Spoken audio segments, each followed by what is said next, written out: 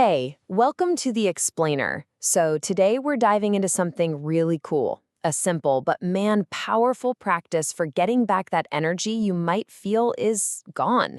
It's all about finding a new path back to being more energetic, more fearless. And it all kicks off with a great little story. Okay, so get this. The whole thing starts with a story about a 4-year-old kid named Josh, the author's grandson. And the way he's described is just perfect. I mean, listen to this. Josh is like a pinball in a pinball machine. He's just constantly moving, bouncing all over the place with this like unstoppable energy. You can totally see that in your head, can't you?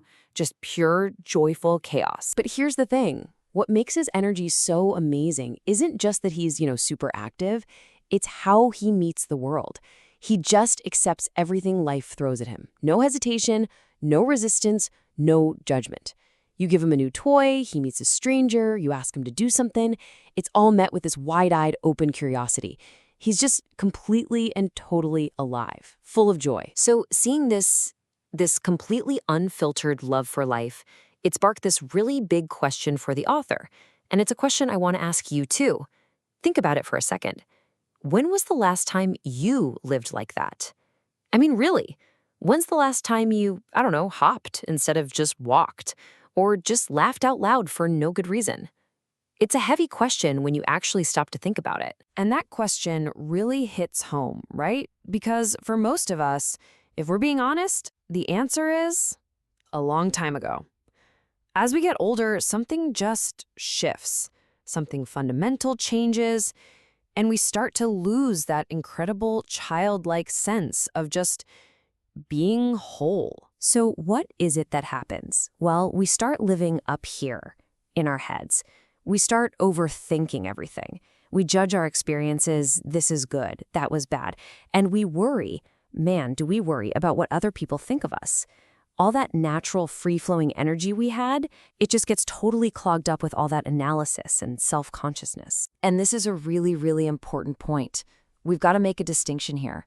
The goal isn't to become childish, naive or immature. That's what we're afraid of, right? Looking silly?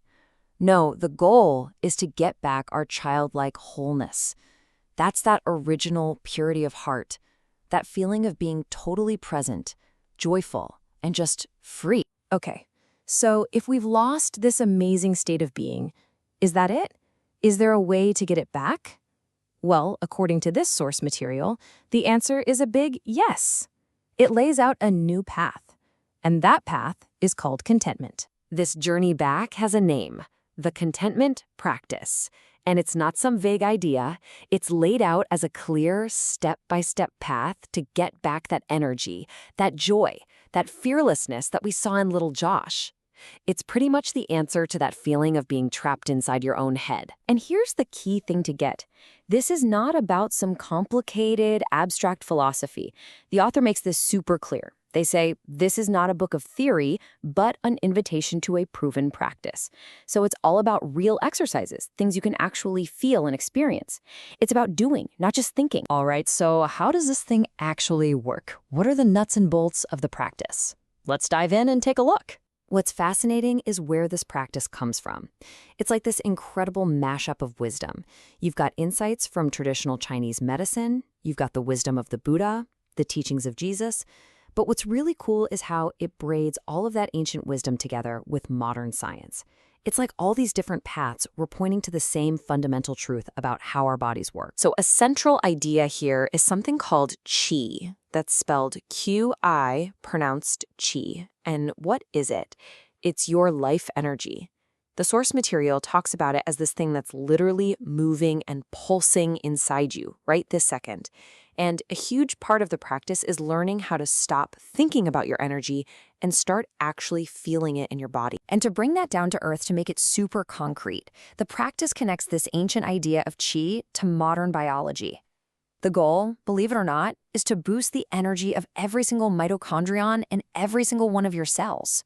We're talking about firing up the literal engines of life inside your own body. How cool is that? So how do you do that? You might be thinking it's some intense, difficult thing, but the methods are actually so gentle and easy to get into. The whole thing is built on stuff like body-based practices, some quiet reflection, gentle movements, and I love this part, a sense of play. So it's not about pushing yourself hard. It's about reconnecting with yourself in a way that just feels good. Okay, so you do all this. When what? What's the payoff? What happens when you put all these pieces together? Well, the ultimate promise is a big one. It's all about reclaiming your own vitality. So what does that even feel like? I mean, what can you actually expect to experience? The book says that once you start to feel this energy, it's unmistakable. You'll feel this sense of warmth, a new kind of alertness, a feeling of lightness in your body, and this kind of deep peace that's hard to even explain.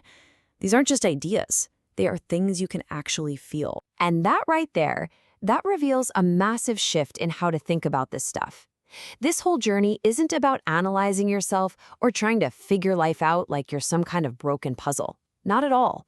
It's about remembering something you already know deep down inside. And that is, life is meant to be lived, fully, and with joy. So when you boil it all down, this whole practice is about finding a sense of lightness, about reconnecting with your own breath. It's for anyone out there who just wants to get their joy back, to find the ability to hop, yes, hop, through life again. And that just leaves us with a really simple but kind of wonderful question to think about. Could you learn to hop again too?